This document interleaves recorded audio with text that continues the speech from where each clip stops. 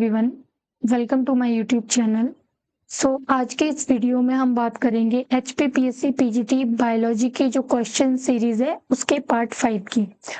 Part 4 तक मैं जो है मतलब 4 पार्ट ऑलरेडी अपलोड कर चुकी हूँ। लिंक मैं डिस्क्रिप्शन बॉक्स में डाल दूंगी सीरीज का, आप उस वीडियो को देख सकते हो। जो भी स्टूडेंट पीजीटी बायोलॉजी की प्रिपरेशन कर रहा है वो उन क्वेश्चंस को देख सकता है। इसमें कंप्लीटली क्वेश्चंस हैं और एक तरह से जो भी अभी का सिलेबस है उसको ध्यान में रखते हुए दूसरा जो एचपीपीएससी द्वारा पहले एग्जाम कंडक्ट किए गए हैं उनमें किस तरह के क्वेश्चंस पूछे गए हैं उनको बेस करके उन्हीं के ऊपर जो है ये सीरीज स्टार्ट की गई है, ताकि आप अपनी प्रिपरेशन को जो है बूस्ट कर सके। आपको पता लगे कि कौन से टॉपिक पे आपको फोकस करना है और कौन से टॉपिक पे आपने इतना ज्यादा ध्यान अभी तक नहीं दिया है। ये पार्ट 5 है। पार्ट 4 हम कवर कर चुके हैं। इसके अलावा पीजीटी बायोलॉजी की प्रिपरेशन के लिए ही मैंने कैडर के क्वेश्चन पेपर भी इंक्लूड किए हैं। जो 2023 जो कैडर हुआ है बॉटनी और जूलॉजी का, उसके क्वेश्चन पेपर मैंने अपलोड किए हैं। वो वीडियोस भी आप देख सकते हो, दोनों वीडियो। और बाकी के जो प्रीवियस कैडर थे उससे पहले जो कैडर हुआ था 18 में 16 में, वो मैं सीरीज में कवर करवा रही हूँ। जितने भी क्वेश्चंस थे वो सारे इस सीरीज में कवर हो जाएंगे। उस बारे में आपको ऐसा सोचने की जरूरत नहीं है कि पिछले कैडर के क्वेश्चन पेपर कवर नहीं हुए। वो हम इस सीरीज में कवर कर लेंगे। रिसेंट वाला जो कैडर था उसके क्वेश्चन पेपर मैं ऑलरेडी अपलोड कर चुकी हूँ, वो आप जो है वो देख सकते हैं। उसका लिंक भी मैं डिस्क्रिप्शन बॉक्स में आपको डाल दूंगी। फर्स्ट क्वेश्चन इज, जब भी हम क्वेश्चन करेंगे आप कोशिश करना पॉज करना, फिर उसका आंसर खुद ढूंढने की कोशिश करना। अगर आपको क्वेश्चन का आंसर आ रहा है तो ठीक है, आपका वो कंसेप्ट क्लियर है। नहीं है तो आप उस कंसेप्ट को क्लियर कीजिए और फिर ट्राई कीजिए उससे related question. First question is, in the seeds of angiosperm the structure micropyle help in. Angiosperm का जो सीड होता है उसमें जो माइक्रोपाइलर रीजन होता है वो किस चीज में हेल्प करता है, ये हमें बताना है। इन ऑप्शंस में से मेनली जो हेल्प करता है माइक्रोपाइल, वो वाटर एब्जॉर्प्शन में हेल्प करते हैं। सी को जो है इसका आंसर हो जाएगा। Next question is, which of the following processes played important role in improving traits of cultivated plants during human history? इनमें से कौन सी प्रोसेस ने बहुत इंपॉर्टेंट रोल प्ले किया है ट्रेड को इम्प्रूव करने के लिए ह्यूमन की थ्रू आउट हिस्ट्री में? ट्रेड को इम्प्रूव आर्टिफिशियल सिलेक्शन के द्वारा किया गया है मेनली, क्योंकि सेक्सुअल सिलेक्शन, नेचुरल सिलेक्शन ये सब चीजें पहले से थी, लेकिन आर्टिफिशियल सिलेक्शन की वजह से हम ट्रेड को जो है इम्प्रूव कर पाए हैं। Next question is, oral contraceptive pill contain. Oral contraceptive pill ली जाती है वो क्या कंटेन करती है, उसमें कौन से हार्मोन मेनली प्रेजेंट होते हैं? उसमें प्रेजेंट होता है प्रोजेस्ट्रोजन एंड एस्ट्रोजन। सी जो है इसका आंसर हो जाएगा। Next question is, RNA molecule that also functions in immune response. यहाँ पे बोला गया आरएनए मॉलिक्यूल जो फंक्शन करता है इम्यून रिस्पॉन्स में भी, उसको हम जो है एंजाइम्स कहते हैं। इसका आंसर हमारे पास सेकंड हो जाएगा। Next question is, in gymnosperm megasporophyll is equivalent to. हमारा बहुत ही बेसिक क्वेश्चन है। जब हम प्लांट्स को पढ़ते हैं तो जिम्नोस्पर्म में जो मेगास्पोरोफिल होते हैं, मेगास्पोरोफिल का क्या मतलब हुआ, जो मेगास्पोर को वियर करते हैं लीव्स। फिल जो है हमेशा टर्म यूज की जाती है लीव्स के लिए, मेगास्पोर वियरिंग लीव्स। तो मेगास्पोर वियरिंग लीव्स है, यानी कि आप इसको रिलेट कर सकते हैं किसके साथ, गाइनोशियम के साथ। गाइनोशियम के साथ आप इसको रिलेट कर सकते हैं। Megaspore, microspore, obviously microspore androecium से रिलेट करेंगे हम जब हम बात करेंगे एंजियोस्पर्म की। यहाँ पे हमें बताना है मेगास्पोरोफिल किसके इक्विवेलेंट है। मेगास्पोरोफिल क्या थे, लीव्स जो मेगास्पोर को वियर कर रहे हैं। इन केस ऑफ एंजियोस्पर्म बताओ कि हमारे जो मेगास्पोर है एंजियोस्पर्म के केसेस में मेगास्पोर कहाँ पे प्रेजेंट होता है, जो हमारा मेगास्पोर है उसको कौन बियर करता है? इनमें से जो ऑप्शन करेक्ट होगा इस केस में, मेगास्पोर को जो बियर करता है वो हमारा गाइनोशियम यानी कि फीमेल पार्ट होता है, और फीमेल पार्ट को हम कहते हैं कार्पल। इसका आंसर हमारे पास हो जाएगा कार्पल। स्टेमन हमारा मेल वाला पार्ट है। अगर माइक्रोस्पोरोफिल होता तो शायद स्टेमन आंसर होता, लीव्स नहीं होगा, और फीमेल कौन एंजियोस्पर्म में नहीं होती है। इसका आंसर हमारे पास आ जाएगा कार्पल। मेगास्पोरोफिल को हम इक्विवेलेंट मान सकते हैं कार्पल के। फीमेल कोन भी हम इसको कंसिडर नहीं कर सकते, क्योंकि डिफरेंट मेगास्पोरोफिल मिलके जो है एक कोन की फॉर्मेशन करेंगे, इसलिए फीमेल कोन एक मेगास्पोरोफिल नहीं होता है। Next question is ovules are largest in, इनमें से ओव्यूल सबसे लार्जेस्ट क्या होता है? ओव्यूल सबसे लार्जेस्ट जो है साइकस में होता है। ओव्यूल आपसे लार्जेस्ट पूछा गया हो या फिर हमारे पास एग लार्जेस्ट पूछा गया हो, सो वो साइकस के ही केस में प्रेजेंट होते हैं। Next question is in India the first clone produced in NDRI Karnal was of, NDRI जो करनाल में सिचुएटेड है, वहां पे जो फर्स्ट क्लोन प्रोड्यूस किया गया था वो कौन से जानवर का था, कौन से एनिमल का था? सो दैट वाज ऑफ बफेलो का वो जो है क्लोन था।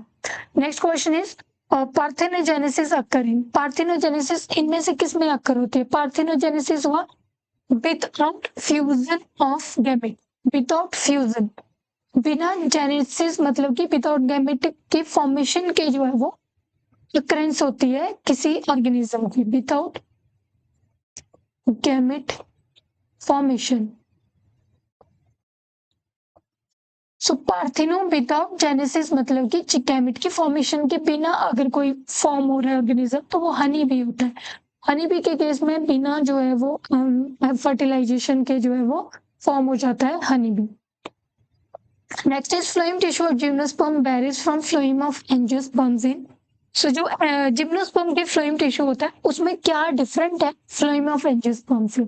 सो ये हमें बताना है कि उसमें कौन सी चीज जो है वो मेनली डिफरेंस है। तो पैरेन्काइमा जो है होता है absence of companion cell, companion cell जो है वो एब्सेंट होते हैं in case of phloem tissue of gymnosperm varies from phloem of angiosperm. जो फ्लोएम ऑफ एंजियोस्पर्म होते हैं वहां पे हमारे कंपेनियन सेल प्रेजेंट होते हैं और जिम्नोस्पर्म्स के केसेस में जो है वो एब्सेंट होते हैं।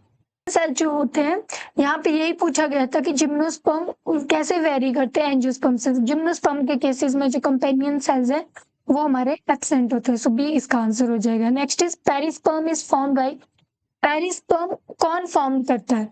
सो पेरिस्पर्म जो हमारे पास होता है that is formed by the nucellus की जो लेयर रह जाती है, रेमिनेंट ऑफ न्यूसेलस हम इसको बोल सकते हैं। न्यूसेलस की लेयर जब रह जाती है तो पेरिस्पर्म की फॉर्मेशन करती है, सो इसका आंसर हो जाएगा न्यूसेलस।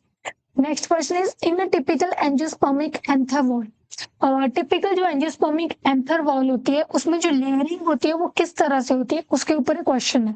सो सबसे पहले जो लेयरिंग की अगर हम बात करें तो सबसे बाहर हमारे पास क्या होता है उस तरह से हमें इसको आंसर करना है। सबसे पहले हमारे पास एपिडर्मिस होती है, देन हमारे पास एंडोथीशियम होती है, एंडोथीशियम के बाद हमारे पास मिडल लेयर्स होती है, देन मिडल लेयर्स के बाद जो है हमारे पास टेपिटम वाली लेयर प्रेजेंट होती है।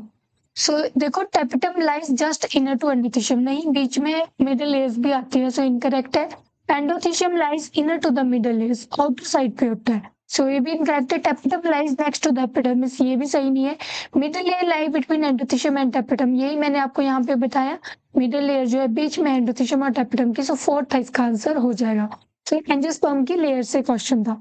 नेक्स्ट है most abundant 6 element found in living organism के अंदर मोस्ट अबंडेंट जो 6 एलिमेंट होते हैं वो हमारे पास ये रहते हैं, carbon, hydrogen, oxygen, nitrogen, phosphorus and sulphur.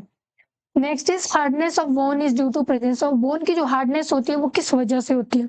जब आप क्वेश्चन सॉल्व कर रहे हो एक बार पॉज करना फिर उसका आंसर देने की कोशिश करना। यहाँ पे पूछा गया हार्डनेस ऑफ बोन किस वजह से होती है, so that is due to calcium phosphates की प्रेजेंस की वजह से। Next is who was first to describe the double fertilization phenomenon, जो है किसने डिस्क्राइब किया? So that was discovered by Nawaschin, Nawaschin ने जो है इसको डिस्कवर किया था। Next question is in a bisexual flower when gynoecium matures earlier, यहाँ पे बोला गया गाइनोशियम जब पहले मैच्योर कर जाएगा उस कंडीशन को हम बोलेंगे प्रोटोगाइनी। प्रोटो मीन्स पहले, गाइनी मीन्स गाइनोशियम, गाइनोशियम पहले। अगर यहाँ पे लिखा होता प्रोटो एंड्री, एंड्री मतलब पहले एंड्रोशियम, पहले एंड्रोशियम राइज हो रहा है, तो यहाँ पे पूछा गया गाइनोशियम पहले हो रहा है तो प्रोटो गाइनी जो है इसका आंसर हो जाएगा। सो इस तरह से जो भी बायोलॉजी की टर्म्स होती हैं वो टर्म ही आंसर दे देती है, अगर आप उसको एक तरह से तोड़ के देखोगे तो आपको आंसर मिल जाएगा। Next question is which of the following is considered as living fossil, इनमें से लिविंग फॉसिल जो है किसको कहते हैं? तो साइकस जो है एज ए लिविंग फॉसिल हम उसको कंसीडर करते हैं। Next question is 20 carbon unsaturated open chain fatty acid which act as a local messenger, 20 carbon की अनसैचुरेटेड एक ओपन चेन है वो यहाँ पे एज ए लोकल मैसेंजर काम करती है, तो वो कौन सी है? प्रोस्टाग्लैंडिन जो है वो 20 कार्बन की एक अनसैचुरेटेड ओपन चेन है। Next is which ecological pyramid can never be inverted, कभी भी इन्वर्टेड नहीं हो सकता है जो पिरामिड, वो हमेशा पिरामिड ऑफ एनर्जी होता है, ये हमेशा अपराइट रहता है। बाकी pyramid of number, pyramid of biomass के जो है एक्सेप्शंस होती है कुछ कुछ केसेस में जहाँ पे वो इन्वर्टेड होते हैं। Next question is allosteric enzymes act as, allosteric enzyme जो है वो कैटलिस्ट एंड रेगुलेटर की तरह एक्ट करता है। एलोस्टेरिक एंजाइम जब हमारे पास एंजाइम में दो जो है साइट होती है, एक सबस्ट्रेट के लिए होती है और एक दूसरी जो है एक और साइट प्रेजेंट होती है, एलोस्टेरिक साइट जिसको हम कहते हैं। So that can act as a catalyst and regulator. Next is Chipko movement was started by, Chipko movement start किया गया था सुंदरलाल बहुगुणा द्वारा, तो बहुगुणा इसका आंसर हो जाएगा। Next is simplest type of amino acid, इनमें से simplest type of amino acid जो है वो ग्लाइसिन है, तो डी ऑप्शन जो है इसका करेक्ट हो जाएगा। Next question is the most effective antibiotic against mycoplasma, mycoplasma के अगेंस्ट एंटीबायोटिक बतानी है। देखो माइकोप्लाज्मा जो है विदाउट सेल वॉल होता है, तो जो भी एंटीबायोटिक सेल वॉल पे एक्ट कर रही होगी वो इसके अगेंस्ट काम नहीं करेंगी। जैसे कि पेनिसिलिन जो होती है वो सेल वॉल के अगेंस्ट काम करती है, इसलिए इसके अगेंस्ट काम नहीं करेगी। सो मोस्ट इफेक्टिव जो एंटीबायोटिक होती है वो टेट्रासाइक्लिन होती है जो माइकोप्लाज्मा के अगेंस्ट काम कर पाती है। Next is in cycas endosperm, cycas यानी कि जिम्नोस्पर्म में पूछा गया है, जिम्नोस्पर्म में एंडोस्पर्म कैसा होता है।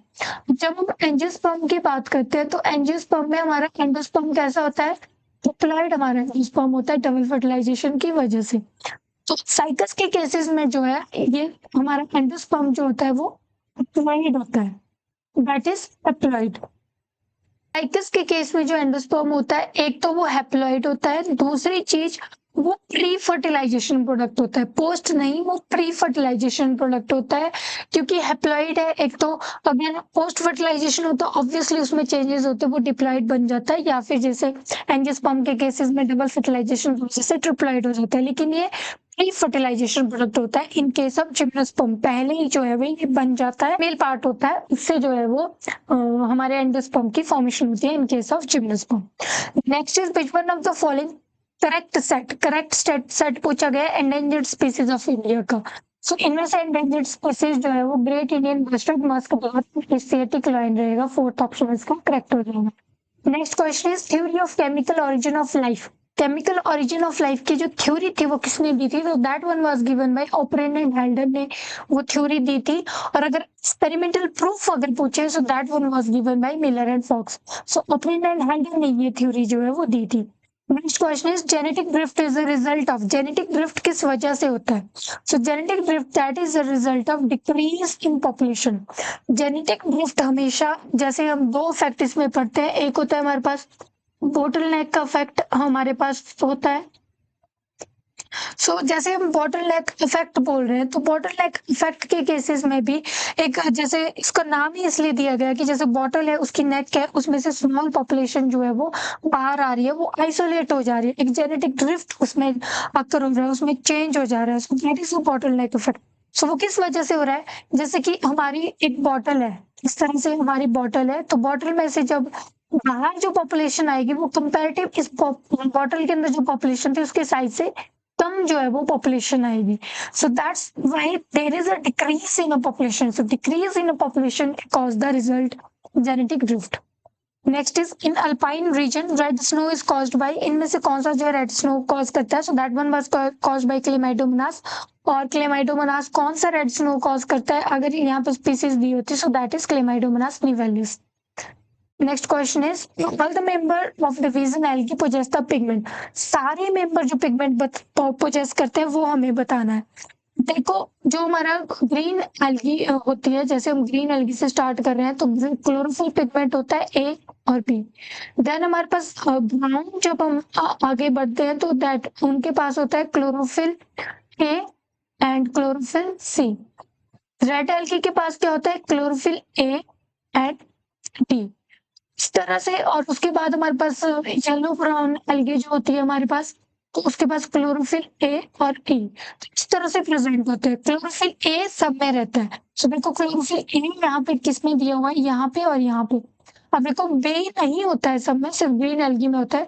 कैरेटीन जो होते हैं वो सब में प्रेजेंट होते हैं, तो इसका आंसर जो है वो फर्स्ट हो जाएगा chlorophyll a and carotene. Next is pyrenoids are structure composed of, जब मैंने कैडर के क्वेश्चन पेपर करवाए हैं तो उसमें बॉटनी में भी एक क्वेश्चन आया था पायरेनोइड से रिलेटेड, बट वो स्ट्रक्चर से रिलेटेड नहीं था, वो उसके फंक्शन से रिलेटेड था। यहाँ पे उसके स्ट्रक्चर से रिलेटेड क्वेश्चन है। तो पायरेनाइड की जो स्ट्रक्चर होती है वो इस तरह से होती है, बीच में उसमें प्रोटीन प्रेजेंट होगा और that is surrounded by starch. Starch हमेशा सराउंडेड एरिया में रहेगा। हमेशा याद रखना, पायरेनाइड वैसे स्टोरेज स्टार्च की करता है, लेकिन स्टार्च सेंटर में प्रेजेंट नहीं होता है। Protein is surrounded by starch grains. So इसका आंसर हमारे पास हो जाएगा 4th। Next question is eye spot और स्टिग्मा। आई स्पॉट और स्टिग्मा इनमें कौन सा ऑर्गेनिज्म में प्रेजेंट होता है? क्लेमाइडोमोनास के अंदर आई स्पॉट और स्टिग्मा जो है वो प्रेजेंट हमारा होता है। सो ये हमारे क्वेश्चंस थे 30 क्वेश्चन जो हम आज के पार्ट 5 में क्वेश्चन सीरीज के पार्ट 5 में किए।